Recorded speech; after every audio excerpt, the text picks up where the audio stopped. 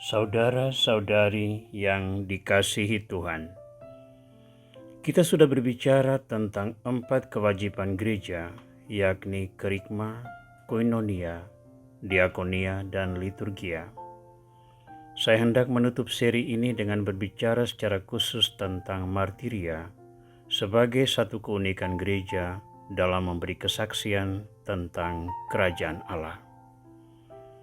Ketika Yesus memberikan perintah untuk mewartakan Injil, semua murid menanggapinya dengan serius.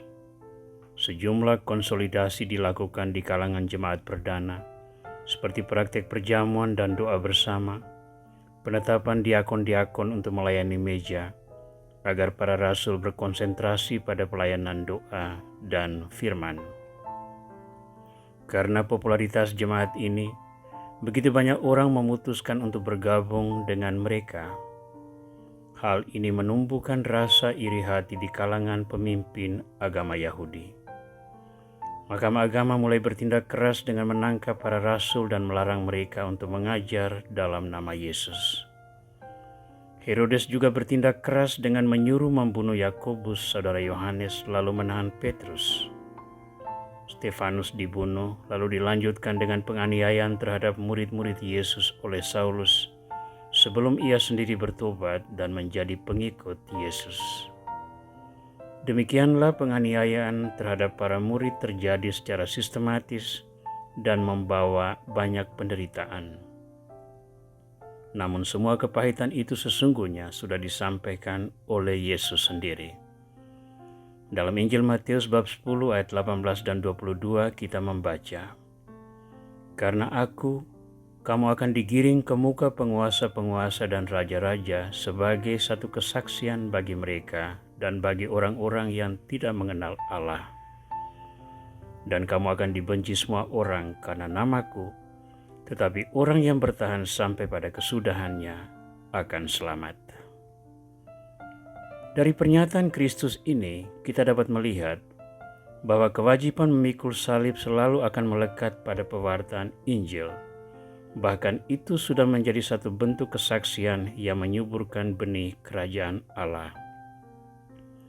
Dalam sejarah gereja, kita menemukan banyak kisah tentang korban diri orang-orang Kristiani untuk mempertahankan imannya, termasuk dengan sukarela menyerahkan nyawanya, agar Kristus dikenal, diakui, dan dimuliakan. Dalam episode ke-135 ini, kita akan mendalami martiria sebagai satu bentuk kesaksian gereja tentang kerajaan Allah yang tetap relevan hingga zaman modern ini. Menghantar refleksi ini, mari kita membaca Kisah Para Rasul bab 5 ayat 26 sampai 42. Kepala pengawal serta orang-orangnya pergi ke bait Allah dan mengambil rasul-rasul itu, tetapi tidak dengan kekerasan, karena mereka takut kalau-kalau orang-orang banyak melempari mereka. Mereka membawa keduanya dan menghadapkan mereka kepada mahkamah agama. Imam besar mulai menanyai mereka, katanya, "Dengan keras kami melarang kamu mengajar dalam nama itu. Namun ternyata kamu telah memenuhi Yerusalem dengan ajaranmu, dan kamu hendak menanggungkan darah orang itu kepada kami." Tetapi Petrus dan rasul-rasul menjawab, katanya, "Kita harus lebih taat kepada Allah daripada kepada manusia. Allah nenek moyang kita telah membangkitkan Yesus yang kamu gantungkan pada kayu salib dan kamu bunuh. Dialah yang telah ditinggikan oleh Allah sendiri dengan tangan kanannya menjadi pemimpin dan juru selamat, supaya Israel dapat bertobat dan menerima pengampunan dosa. Dan kami adalah saksi dari segala sesuatu itu. Kami dan Roh Kudus yang dikaruniakan Allah kepada semua orang yang mentaati Dia." Mendengar itu sangatlah tertusuk hati mereka, dan mereka bermaksud membunuh rasul-rasul itu. Tetapi seorang Farisi dalam mahkamah agama itu yang bernama Gamaliel, seorang ahli Taurat yang sangat dihormati seluruh orang banyak, bangkit dan meminta supaya orang-orang itu disuruh keluar sebentar. Sesudah itu ia berkata kepada sidang, hai orang-orang Israel, pertimbangkanlah baik-baik apa yang hendak kamu perbuat terhadap orang-orang ini. Sebab dahulu telah muncul si Teudas yang mengaku dirinya seorang istimewa, dan ia mempunyai kira-kira 400 orang pengikut. Tetapi ia dibunuh dan cerai-berailah seluruh pengikutnya dan lenyap. Sesudah dia, pada waktu pendaftaran penduduk, muncullah si Yudas seorang Galilea. Ia menyirat banyak orang dalam pemberontakannya, tetapi ia juga tewas dan cerai-berailah seluruh pengikutnya. Karena itu aku berkata kepadamu, janganlah bertindak terhadap orang-orang ini. Biarkanlah mereka. Sebab jika maksud dan perbuatan mereka berasal dari manusia, tentu akan lenyap. Tetapi kalau berasal dari Allah, kamu tidak akan dapat melenyapkan orang-orang ini. Mungkin ternyata juga nanti bahwa kamu melawan Allah. Nasihat itu diterima. Mereka memanggil rasul-rasul itu lalu menyesah mereka dan melarang mereka mengajar dalam nama Yesus. Sesudah itu mereka dilepaskan. Rasul-rasul itu meninggalkan sidang mahkamah agama dengan gembira karena mereka telah dianggap layak menderita penganiayaan oleh karena nama Yesus. Dan setiap hari mereka melanjutkan pengajaran mereka di bait Allah dan di rumah-rumah orang dan memberitakan Injil tentang Yesus yang adalah Mesias. Saudara, penganiayaan karena iman merupakan jalan salib yang konkret bagi para murid Kristus yang bersaksi tentang kerajaan Allah. Yesus sendiri mengalami penderitaan salib.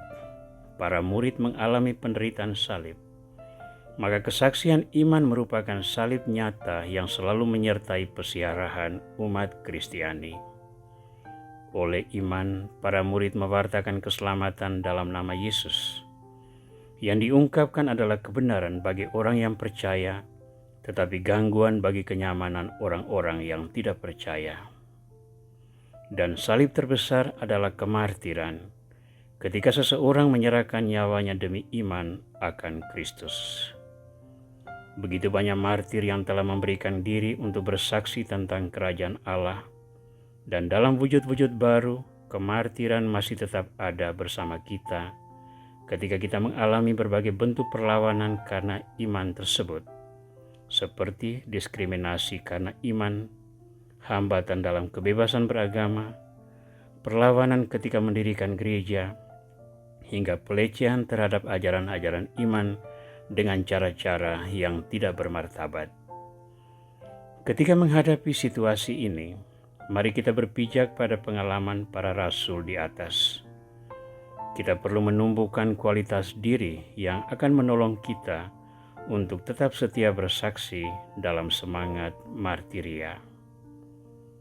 Pertama, sadarilah selalu bahwa tak ada karya pewartaan yang mudah. Selalu ada hambatan karena ketika kita mewartakan Kristus, kegelapan tidak akan tinggal diam. Bahkan orang beriman dapat dianiaya ketika melakukan kebaikan terhadap sesama, termasuk oleh orang-orang yang menikmati kebaikan tersebut. Kedua, tumbuhkanlah sukacita karena semangat martiria. Para rasul yang dianiaya meninggalkan mahkamah agama dengan gembira karena mereka merasa diri sudah dianggap layak menderita penghinaan karena nama Yesus. Jika kita ditolak, dihina, dilecehkan karena nama Yesus, janganlah bersedih tetapi bersukacitalah karena kita mendapat karunia boleh menderita bersama Yesus. Ketiga, jadilah pembela yang meneguhkan sesama yang menderita karena iman. Gamaliel bukan murid Yesus, tetapi ia orang yang beriman. Ia terbuka pada rupa-rupa karunia iman, termasuk dalam diri para rasul. Oleh ketulusan, ia menjadi pembela mereka karena perilaku tak adil mahkamah agama. Janganlah menutup mata terhadap ketidakadilan yang terjadi di dalam masyarakat. Belalah dia, karena dengan itu Anda terus mengambil bagian dalam salib yang sedang dipikulnya. Saudara, martiria selalu ada di tengah kita dan akan ada di hadapan kita. Janganlah takut, peliharalah semangat. Bersukacitalah dalam Kristus. Percayalah bahwa Ia yang menyerahkan salib kepadamu akan juga menolongmu untuk mengakhiri jalan salib itu dengan baik dan berhasil. Tuhan Yesus Kristus, baharuilah selalu semangat kami ketika kami menderita karena iman kepadamu. Ajarilah kami berserah diri, tabahkanlah hati kami ketika salib kami berat, hiburlah kami di saat duka, dan doronglah kami agar selalu menjadi pejuang kerajaan-Mu. Semoga dengan itu tumbuhlah sukacita yang membaharui muka bumi ini. Amin.